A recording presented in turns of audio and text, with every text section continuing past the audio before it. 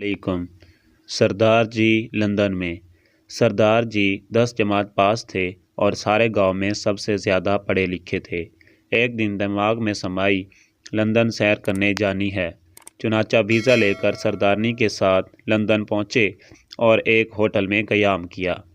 Waiter कमरे में आया और सरदारनी से पूछा, madam do you need any service.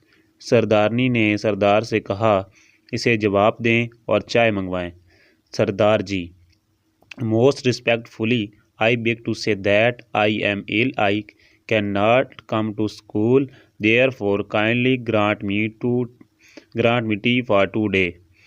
Waiter बात समझ गया और चाय ले आया। सरदारनी बहुत मुतासर हुई और सरदार जी से बोली, ਤੁਹਾਡੀ अंग्रेज़ी तो बहुत अच्छी है।